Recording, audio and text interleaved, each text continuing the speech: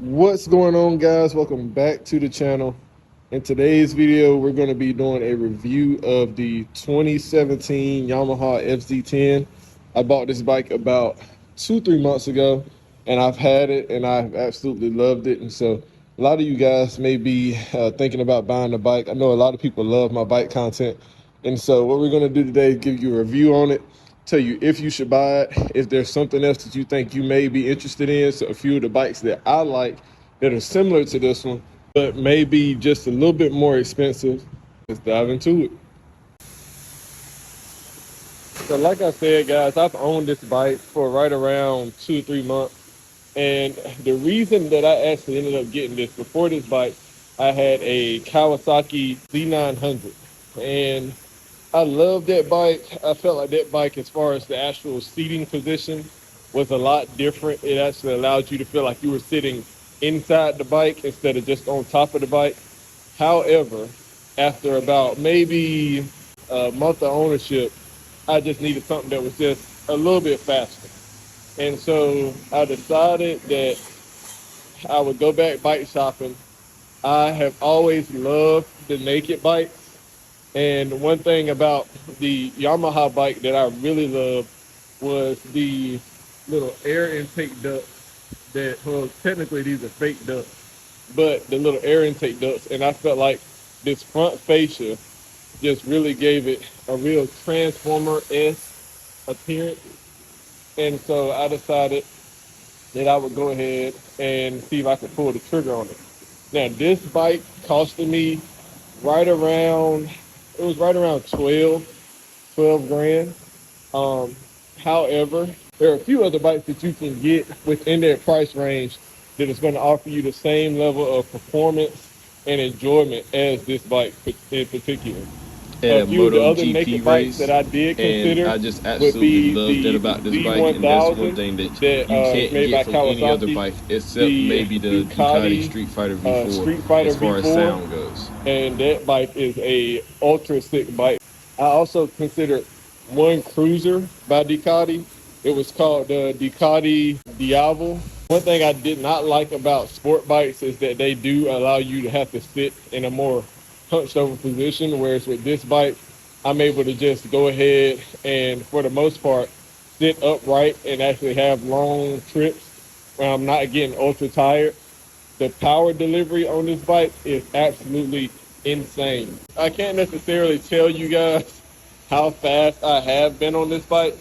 However, I have got it tuned, so it does have a performance tune on it. As far as mods go, we have the Austin Racing exhaust system, decatted, and we also have a K&N race filter. The final power numbers were about 160. I think it ended up making like 159.8 or something like that. And so about 160 horsepower to the wheel.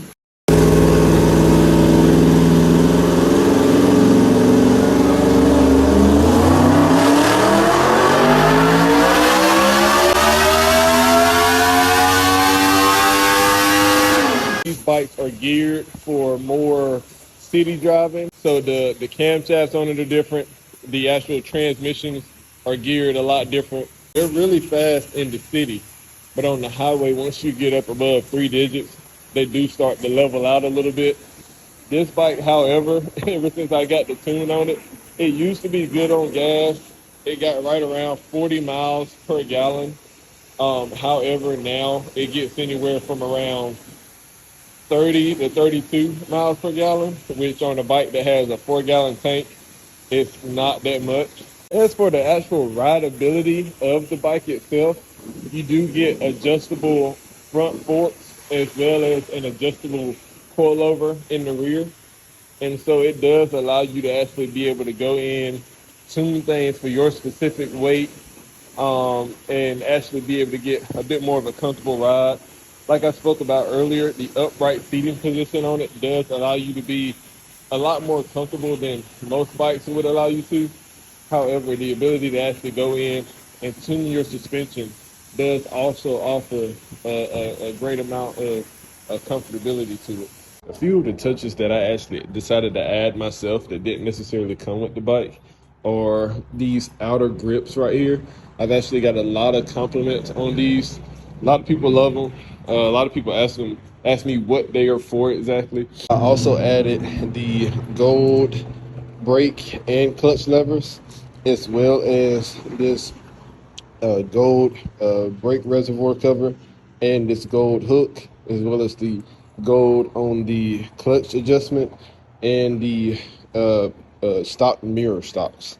When I initially started riding, I kind of did get sick of having to always go in and use the key for the actual gas tank. So I did get me a Vortex quick removal gas cap, and that has been an absolute game changer. It allows me to cut down at my time at the pump by about 2 minutes. And it also allows me to keep my key in the actual ignition itself, so I don't have to worry about, taking it out, dropping it, or anything like that. A few more things that I've done to it is I added the carbon fiber rear winglets, as well as the Yamaha FZ10 comfort seat.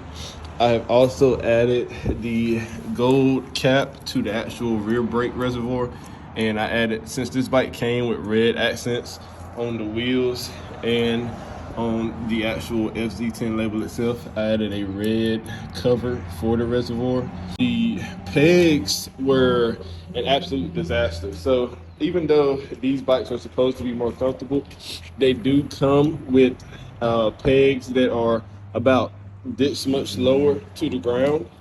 And so you end up in situations whenever you're trying to take corners where you actually end up having your feet too low and you're scraping your feet. And so I added these gold pegs to the bike itself, as well as the clutch lever.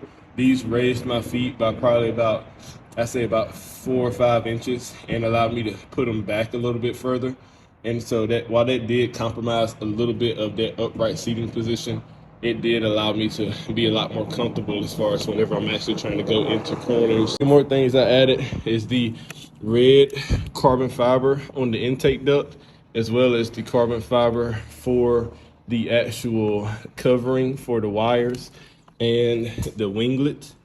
I also added the carbon fiber fender, the red radiator covers that you see on the bike, as well as the LED turn signals that are on it.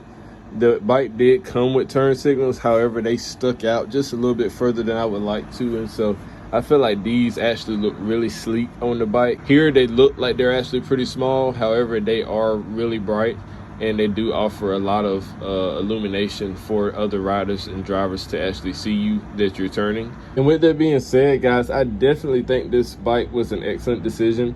If you guys are thinking about this or in the market for a Yamaha FZ10, I have loved every second that I've had with it. It looks sick, it sounds sick, and you guys won't be disappointed with it. Thank you guys for watching. Until the next video, I'm out. Peace.